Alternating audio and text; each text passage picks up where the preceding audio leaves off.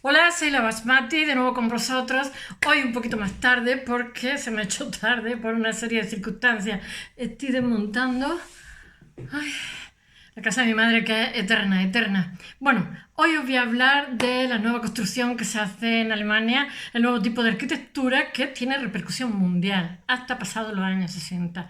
Y para ello nos vamos a la Alemania de la posguerra, de la Primera Guerra Mundial. Ya sabéis que antes de la Primera Guerra Mundial hay una Werkbund, días antes de que estalle la Primera Guerra Mundial, etc. Pero ahora mismo estamos en una república de Weimar, estamos a partir de 1918, donde la guerra ha sido terrible, el Kaiser se tiene que ir, esta república, o sea, los alemanes tienen un trato de Versalles por el cual tienen que pagar una suma de dinero terrible para reparar a los aliados en la medida de lo posible. Y eso hace que esta democracia esta república sea terriblemente frágil y vulnerable y sufra de una inflación muy grande. Pero, a pesar de eso, aproximadamente en el año 24, se estabiliza porque es un país fuerte, quieras que no, con una tradición industrial, etcétera, etcétera.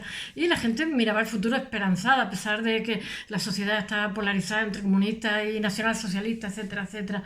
Y bueno, y que las circunstancias, o sea, había muchísima inestabilidad a muchísimos niveles y tal, pero sin embargo la gente trabajaba esperanzada por construir un país nuevo y eso se traduce que en 1924 la moneda se estabiliza, la economía se estabiliza, claro, hasta que llega el 29 con el crack. Y después llegan los nacionalsocialistas al 33, 34, que nunca me acuerdo si es el 33 o el 34, con lo cual, y después llega la Segunda Guerra Mundial. Pero bueno, entre medio, nosotros estamos al final de la Primera Guerra Mundial, ubiquémonos en la República de Weimar, en Alemania. Y entonces, uno de los problemas más acuciantes que hay en esta posguerra, ya sabéis que todas las posguerras lo que tienen es un problema de reconstrucción, que es una bicoca muchas veces, ya sabéis que se matan entre ellos. Pero bueno, ahora mismo en Alemania antes de la guerra mundial ya hay una preocupación por las viviendas sociales. Y ahora todavía, después de la guerra, pues más todavía, porque la guerra ha dejado sin hogar a muchísima gente, etcétera. Bueno, y no, es que no quiero entrar porque si no, aquí no nos veremos, me pica todo cuando me pongo a hablar. Bueno, el caso es que os voy a hablar primero de la urbanización en Berlín y en Frankfurt y después os voy a hablar de la urbanización en Stuttgart. Hablaros de eso es como si os hablo de la anunciación de Frangélico, para que entendáis un poco el proceso que se está dando, que después tiene repercusión mundial hasta pasados los años 60, de una nueva forma de construir, de una nueva forma de arquitectura. Os pongo estos ejemplos que realmente es la primera vez que se hace en Europa y tiene una repercusión mundial.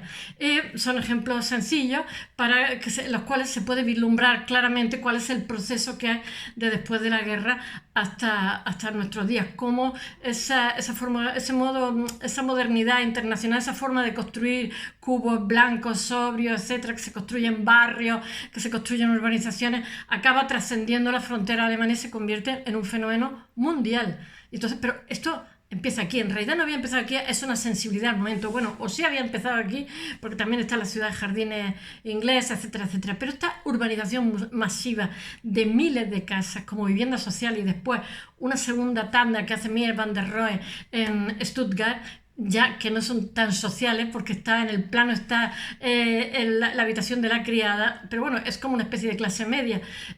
Sorprende muchísimo porque aunque Mies van der Rohe en este proyecto llama a gente de muchísimos, intervienen muchos arquitectos maravillosos, todos muy jóvenes, pero de diferentes edades, de diferentes lugares de procedencia del mundo, por lo tanto con diferentes herencias, cosmovisiones, herencias, me refiero a tradiciones arquitectónicas y tal. Sin embargo, la urbanización parece hecha por una sola persona, aunque los detalles son diferentes, aunque tal, además es una preciosidad. Bueno, pero vamos a empezar por el principio. Estamos en Berlín. Hay un señor que es como, no sé cómo se dice, comisionado, el que lleva urbanismo, que está muy comprometido con las causas sociales, y entonces estamos en 1918 y por primera vez la República de Weimar tiene el problema más acuciante que tiene, es el de la vivienda, puesto que el tipo de construcción que se hace son casas más grandes, es una precariedad social gigantesca y más en una posguerra. Y entonces, entre todos, porque en eso sí me gustan muchísimo los alemanes, son muy cohesionados a la hora de trabajar, como les pasa a los japoneses, cosa que los ribereños, que somos buenos artistas y tal, sin embargo, somos muy individualistas y eso se traduce en otras cosas de forma negativa. Pero bueno, todo el mundo tiene sus cualidades y sus defectos. Bueno, estábamos en Berlín, y que es la primera ciudad alemana en este momento, etcétera, y en la acuciante necesidad de vivienda para gente modesta. Y bueno, ya sabemos que estamos ante después la posguerra, que con todo lo que ¿cómo se dice?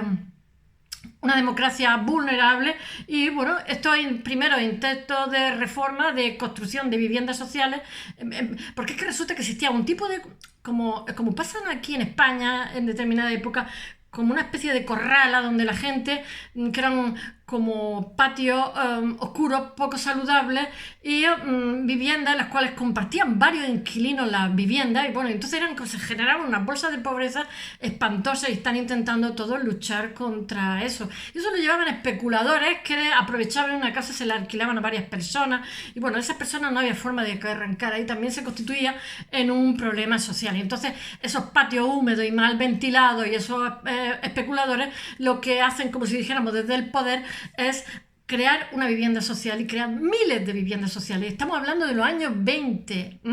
O sea, por primera vez en Europa, y además los proyectos que van a hacer estos arquitectos jóvenes son arquitectos de proyectos luminosos, bien ventilados, pero después tampoco quiere que la gente se desarraigue, entonces crean como espacios lavaderos y tal para que haya como si fueran barrios. Nada tiene que ver con las primeras urbanizaciones de cambio de siglo entre el siglo XIX y el XX o la ciudad jardín inglesa. Estos ya son barrios constituidos y entonces se hacen una serie de lugares comunes cuando los proyectan los arquitectos para que la gente no esté desarraigada. Y bueno, y por supuesto tiene muchísimas entradas de luz, muchísimos sistemas de ventilación, etc. Y todo esto se hace con una arquitectura muy, muy moderna. Como he dicho, en 1924 la economía alemana que está muy afectada por la posguerra, tal, por el pago, para la reparación, concepto de reparación, ya empieza la moneda a estar mucho más estable. Entonces Martin Wagner, que es el consejero de urbanismo y que es una persona bastante implicada en todo este proceso, crea un programa de construcción de viviendas sociales único en Europa y primero, en el cual se erigen viviendas en Berlín antes de 1930, antes del crack, antes del nacionalsocialismo y antes de todo, porque yo siempre no me canso de decirlo a mis amigos que son más conservadores: si mejora la sociedad, al final eso se devuelve a la sociedad. Si tú a la gente le das ilusión de vivir, ilusión de hacer cosas mediante una vivienda, aunque sean viviendas baratas, pero bien ventiladas, aireadas, etc. Bueno, aquí intervienen, tengo que leerlo, Hans Scharum, que no sé cómo se dice en alemán, Scharum, Walter Gropius, aquí son alemanes, pero después os hablaré de Stuttgart,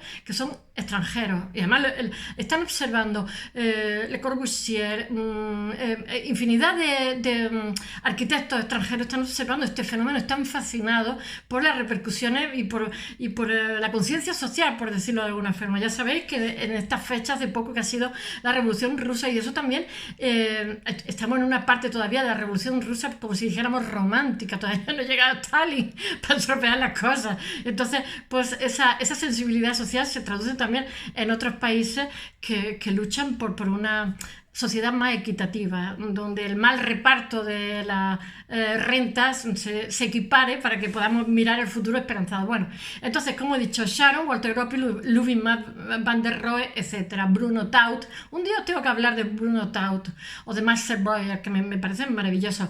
Bueno, son algunos de los arquitectos en los cuales son todos muy jovencitos, intervienen. Peter Behrens creo que también. Y saben combinar, ahora lo que hacen son bloques de vivienda, ¿no? Imagináis que los bloques de vivienda son como los actuales que conocemos, son casitas de 2, 3, 4 pisos como mucho, construidos casi todos en régimen de cooperativa y con un lenguaje muy funcional y muy moderno, son como cubos blancos, ¿no? Que la gente le hace chistes, le hacen postales diciendo que África, que faltan los turbantes, los camellos, bueno, unas cosas que para qué. Bueno, se caracterizan los edificios porque tienen cubiertas planas, ¿cómo se dice? Una fachada blanca, que eso lo ven como si fueran africanos, así como reiterada referencia a la arquitectura naval, pues ya lo sabéis, por la influencia de Le Corbusier. Yo eso lo he visto también en construcciones antiguas de mi abuelo, tenían ventanas redondas, a mí me parecía más bonito las puertas con ventanas redondas. Y bueno, y que las ventanas de esas referencias navales también aparecen en Sharon. Y entonces lo que dicen es que para conseguir, le dicen a los arquitectos, este consejero Wagner, que por favor utilicen en la medida de lo posible materiales para abaratar costes, materiales baratitos, sencillos, para que estas viviendas puedan resultar asequibles y también bajen los alquileres, porque ya sabéis lo que son las megalópolis, incluso entonces Berlín ya es una megalópolis. Entonces que se utilicen materiales baratos y el resultado de esta arquitectura, como he dicho, nada tiene que ver con la de los años 20, no es como las ciudades jardines del cambio de siglo de Inglaterra y Alemania, sino que son pequeños barrios donde se hacen viviendas de alquiler baratas y donde no está como se dice, el especulador de turno. Bueno, y hay menos aglomeraciones, lo hacen a las periferias, son zonas saludables, zonas verdes con muchas ventanales, con muchas entradas de luz, con lavaderos comunales, etcétera. Entonces se fomenta ¿cómo se dice? Una sensibilidad común mediante las construcciones de espacios comunes, que eso ya se hace cuando se proyecta la urbanización. No se proyecta solo la casa, sino los espacios comunes. Entonces hay lavaderos, terrazas cubiertas, como he dicho, y ya están mis gatos maullándome, ¿los veis? ¿Qué haces hablando ahí sola? Lo que intentan es que el individuo no esté desarraigado, que tenga una vida saludable, que tenga esperanza de futuro, etc. Bueno, después Frankfurt, además de Berlín, este señor también está allí, le copia la idea. Seguimos el consejero urbanístico, que es Ernst May. Y es la segunda metrópoli, y entonces tiene también unos problemas acuciantes de precariedad, de mala insalubridad, mala vivienda, etcétera. Y entonces decide crear viviendas sociales. Pero esto van a hacer una cosa muy interesante que ahora os lo voy a contar. Esta edificación trabajan mucho los prefabricados, que los alemanes un poco son, no sé si son los inventores, pero yo ahora mismo estoy viendo un líder, un supermercado, lo hacen, ponen los cimientos y ya están los prefabricados, ya está hecho el supermercado casi, digo, ¡ay, cómo les gustan los prefabricados! A mí no me desagradan, quitando que cuando están en hoteles prefabricados, digo, siempre me toca a mí la junta esta... Tengo que ver ahí, pero bueno, más bonito o más feo, abarata muchísimo los costes, y entonces eso también tiene una repercusión en el precio a la hora de comprarlo, a la hora de alquilarlo, etcétera. Y bueno, entonces, pues como ya he dicho, Frankfurt, pero Frankfurt incorpora, no sé si hace 30.000 viviendas, incorpora una cosa que es una arquitecta, creo que leer el nombre, que se llama, yo creo que tiene que tener antecedentes polacos por el apellido, Margaret Schuster-Lisowski.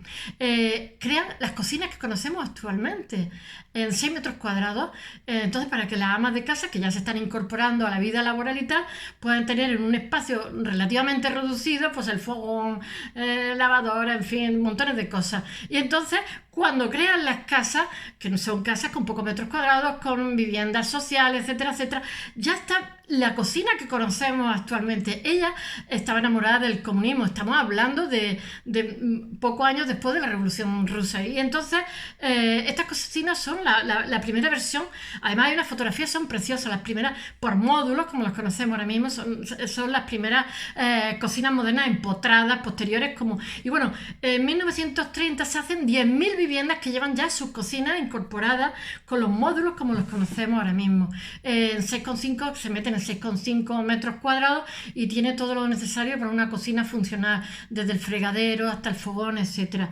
Y bueno, Ernst May, que este señor que es el que lleva el tema de urbanismo, y esta arquitecta están fascinados con la Unión Soviética porque piensan que esta revolución que se ha dado, que esta lucha por el mejor reparto de la renta, una mejor lucha por la igualdad de oportunidades, va a ser porque estamos en una fase muy romántica, va a ser la sociedad del futuro. Y entonces, cuando en la Alemania 29, por hacer así una sinopsis, una síntesis, pero voy a contar toda la vida entera, o sea, ya se ha hecho esto en la Alemania, ya se entregan las casas con vivienda social, con la cocina incorporada, que es una preciosidad además, si la veis. Y bueno, a partir del 29, este delegado, Ernst May, y esta arquitecta se van a la Unión Soviética a construir lo mismo que han estado en Alemania, pero por desgracia, las infraestructuras que hay en la Unión Soviética son más modestas y no lo pueden llevar a cabo. O sea, de buenas intenciones está empedrado el infierno que le llama. Y bueno, este tipo de vivienda de construcción social con esta cocina y tal no se pueden llevar a cabo el mismo programa sencillamente por insuficiencia en la infraestructura, en la URSS. Bueno, y ahora voy a hablaros que un nombre alemán, muy alemán, lo tengo que leer, que tiene como 7... se llama la Weissenhof-Siedlung. No sé si lo he dicho bien. Hablamos de Stuttgart. Ahora vamos a hacer otro tipo de urbanización que es muy muy interesante. Debido a la exposición que se hace en 1927, de nuevo con la Deutsche Warbund, que esa exposición se había hecho también antes, pocos días antes de que empezara la Primera Guerra Mundial, y entonces están luchando por una arquitectura más comprometida con los temas sociales, una arquitectura más barata. Croppi lo estaba, incluso le regañan porque hace el promotor, pues ya sabéis, está el promotor, el constructor y tal, y él hace proyectos. Entonces se la ingenia cuando es jovencito, antes de la Primera Guerra Mundial, por eso se convierte en el arquitecto de moda, por hacer unos proyectos para barrios obreros, donde hay piscinas, donde hay jardines, donde hay una serie de cosas, y le regaña como diciendo, oye, que son obreros, que son pobres, porque le haces tantas cosas, y dice, no me he salido del presupuesto. Ese es el argumento que él da. Bueno, pues ahora estamos en la Deutsche Warbund, que se celebra de nuevo en 1927, cuando está ya todavía no ha sido el crack, le falta poquito, la economía está un poquito más estable. Y entonces se celebra en Stuttgart y muestra la evolución de la arquitectura del momento. Y antes de que llegue el nacionalsocialismo, porque ya sabéis que el nacionalsocialismo lo que hace es proscribir a toda esta gente, lo mismo que en Alemania o en Italia, como os conté el otro día. Todo lo contrario, potencian la nueva arquitectura como publicidad para el nuevo régimen que viene. Ellos no, ellos cuando llegan al poder, todo lo que es República de Weimar, todo lo que es la Bauhaus, todo lo que es, ¿cómo se dice?, arquitectura, todo lo pisotean, aunque en realidad lo pisotean en teoría, destruyen muchísimos cuadros, pero también determinados avances y progresos lo utilizan para ellos, para publicitarse en el poder. Bueno, y pues esta Warbund pone a disposición de los arquitectos alemanes, tengo que leerlo, Sharon Gropius, Behrens, Mies van der Rohe, etc., como los representantes extranjeros de la modernidad, Le Corbusier, Pieter Owen, que tengo que hablar también un día, un foro para explicar qué está ocurriendo con la arquitectura. Me parece fantástico. Y para que la opinión pública entienda qué está pasando, esta nueva arquitectura con su... De vez en cuando miro porque me tengo que acordar de la fecha, que todas no me las sé. ¿Qué está ocurriendo con esta arquitectura? ¿Cuáles son las nuevas aspiraciones? ¿Cuál es la síntesis? ¿Por qué están interesados en que haya una arquitectura, como si dijéramos, civil, con sensibilidad social, desde el poder, etcétera, que se preocupe por esas capas más desfavorecidas, etcétera? Bueno, esta arquitectura, entonces hacen esa Deutsche Warbund, se dedica a eso. Bueno, esta arquitectura, tengo que deciros que es una arquitectura blanca, de cubos, que todos conocemos porque después a nivel mundial se extiende por todo el mundo. Ay, y son cubos blancos, sobrios, con mucho vidrio, mucho metal, y que caracterizan esta exposición de la Deutsche Warbund, que se hace ahora en el año 20 y tanto, y bueno, que también se caracteriza por su funcionalidad de los cuerpos de los edificios cúbicos, etc. Todavía hoy, cuando se reconstruye, estamos en Stuttgart ahora mismo, se reconstruye esta urbanización. Estas urbanizaciones de Stuttgart son urbanizaciones más pijas que la otra. He de remarcarlo, porque es como clase media, donde los dueños de la casa han ido a la universidad, donde hay una habitación para la criada, etc. Pero así y todo, es un afán de que todo el mundo viva en buenas condiciones, del primero al último en la sociedad. Bueno, esta urbanización que la han reconstruido y permite adivinar cuál era la sensibilidad arquitectónica del momento. A diferencia de Berlín y Frankfurt, como he dicho, pues que Stuttgart, las otras eran más destinadas a las clases más modestas.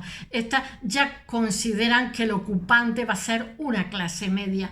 Entonces, pues, como si dijéramos, el plano ya contempla otros privilegios, por decirlo de alguna forma. Se llama la Weissenhof-Siedlung de Stuttgart, la proyecta Mies van der Rohe, y eso es para un público más burgués y bien situado, como he dicho, y bueno, que lo que llama la atención muchísimo es que sean arquitectos de todos los lugares del mundo con diferentes orígenes, edades y estratos sociales, y sin embargo cuando ves la urbanización te parece una, porque vibran la misma sensibilidad del momento y el mismo mismo anhelo, por decirlo de una forma, el mismo, pero bueno, provoca adhesiones y muchísimos rechazos, porque la gente se hacen hasta postales, donde se hace una fotografía, se hacen como los memes de los años 20, y entonces a estas casas le añaden dromedarios, palmeras, gente con turbantes, porque dice que son como casas africanas. La gente hace como chistes, la gente desconfía de esa modernidad.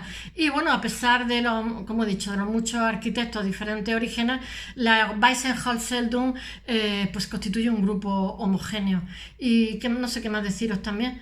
Y bueno, que después, en los pocos años que han transcurrido de la Primera Guerra Mundial, pues que se ha desarrollado una arquitectura maravillosa, que además con unos fines sociales excepcionales, y que la gente empieza a percibirlo, y los arquitectos de otros lugares, que no es solamente un estilo, sino es algo que trasciende a nivel mundial. De hecho, eso es lo que va a crear en las construcciones de las nuevas ciudades como cierta homogeneidad, el estilo internacional. Bueno, después he de mencionaros solamente para terminar que hay como unos congresos que se llama el CIAM, Congreso Internacional de Arte de Arquitectura Moderna, que se realizan 10 a partir de entonces, y donde los arquitectos, porque Siegfried, Gideon y Le Corbusier son los promotores de esto. Entonces lo que quieren es que estos, ¿cómo se dice?, se reúnan estos arquitectos y le expliquen, como si dijéramos al mundo, de qué se trata esto, cuáles son sus proyectos y tal. Y esto a raíz de esto que os he explicado, ¿sabes?,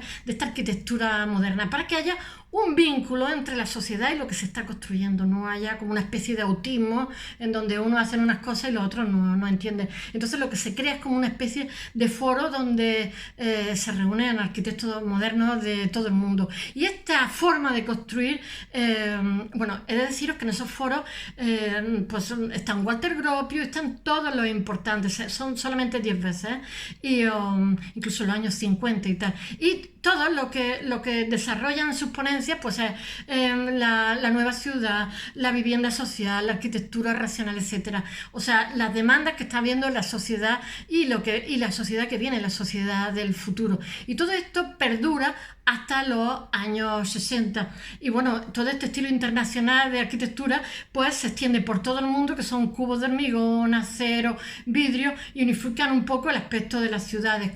Y bueno, y que está hasta bien entrado los 60. Espero que os haya gustado. Mañana de nuevo estaré con vosotros. That's all.